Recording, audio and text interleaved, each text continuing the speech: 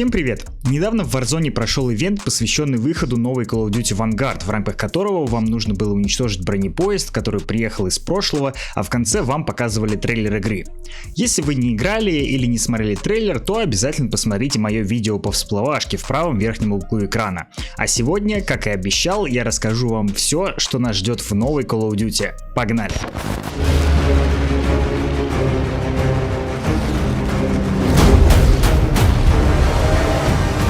Для начала хочется немного охладить бомбежку людей, которые кричат с каждого угла о излишней толерантности, глядя на постер игры. Наверняка многие из вас задались таким вопросом, проведя параллели с Battlefield 5. Однако в Vanguard будет все по-другому, и сейчас я вам расскажу почему. Сюжетная кампания в игре будет рассказывать 4 истории о 4 героях войны, которых списывали с реальных героев Второй мировой. Наверное, самый популярный персонаж из всех — это, конечно же, русская снайперша Полина Петрова, которую срисовали с Людмилой Павличенко, советской снайпершей, которая за время войны убила 309 солдат противника. Второй персонаж — сержант Артур Кингсли. В реальности это британский солдат Сидни Корнелл, одним из первых высадившийся в тылу немецких войск при высадке в Нормандию.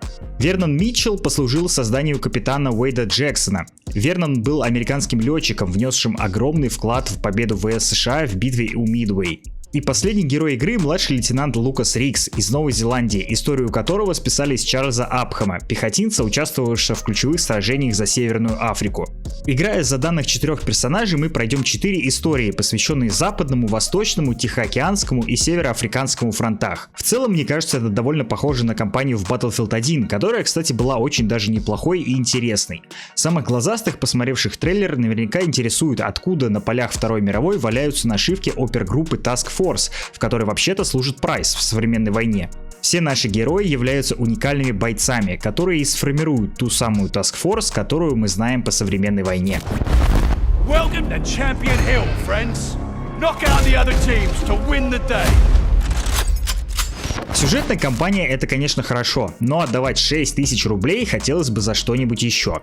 И, конечно же, большинству из нас интересно, а как же там обстоят дела с мультиплеером и масштабной интеграцией с Warzone.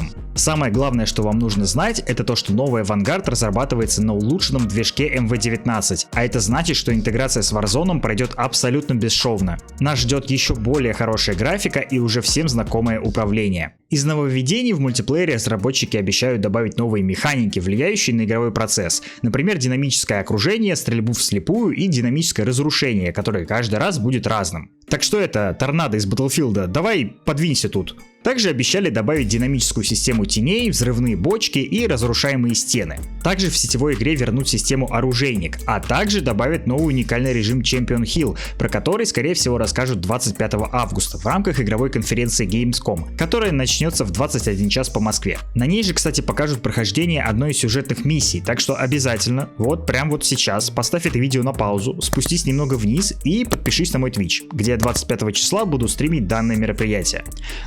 А если ты деловая колбаса, у тебя нет совсем времени смотреть этих ваших стримлеров, то переходи по ссылке в мой телеграм и отслеживай все новости в текстовом формате.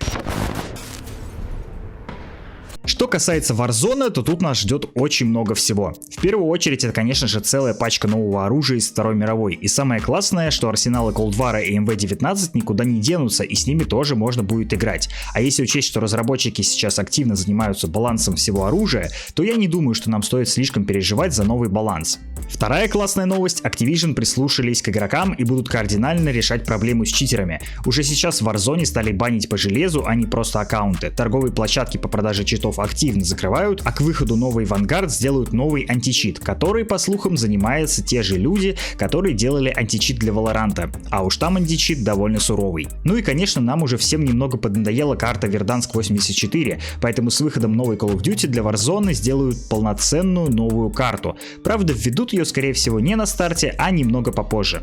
В целом можно сказать, что нас ждет очень много всего, и за качество этого всего можно не беспокоиться. Самое приятное, что в новую Call of Duty можно будет поиграть даже бесплатно. 27 августа начинается альфа-тест для пользователей PlayStation, причем вам не нужно предзаказывать игру и не нужно быть подписчиком PS Plus.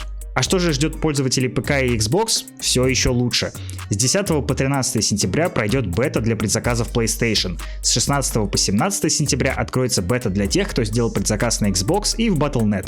Ну а вишенка на торте, с 18 по 20 сентября пройдет открытая бета для всех желающих. После чего вы уже сможете решить, надо оно вам или нет. Не знаю как вам, а мне пока что все очень нравится. Очень жду динамические сражения в сеттинге Второй мировой и разрушаемость. Я никогда не был фанатом именно мультиплеера, а не Warzone, но после этого всего, думаю, на пару десятков часов я точно засяду поиграть в режим мультиплеера Vanguard. Напишите обязательно в комментариях, ждете ли вы новую Call of Duty или может уже сделали предзаказ. А пока что на этом все. Подписывайтесь на канал и до встречи в следующих роликах.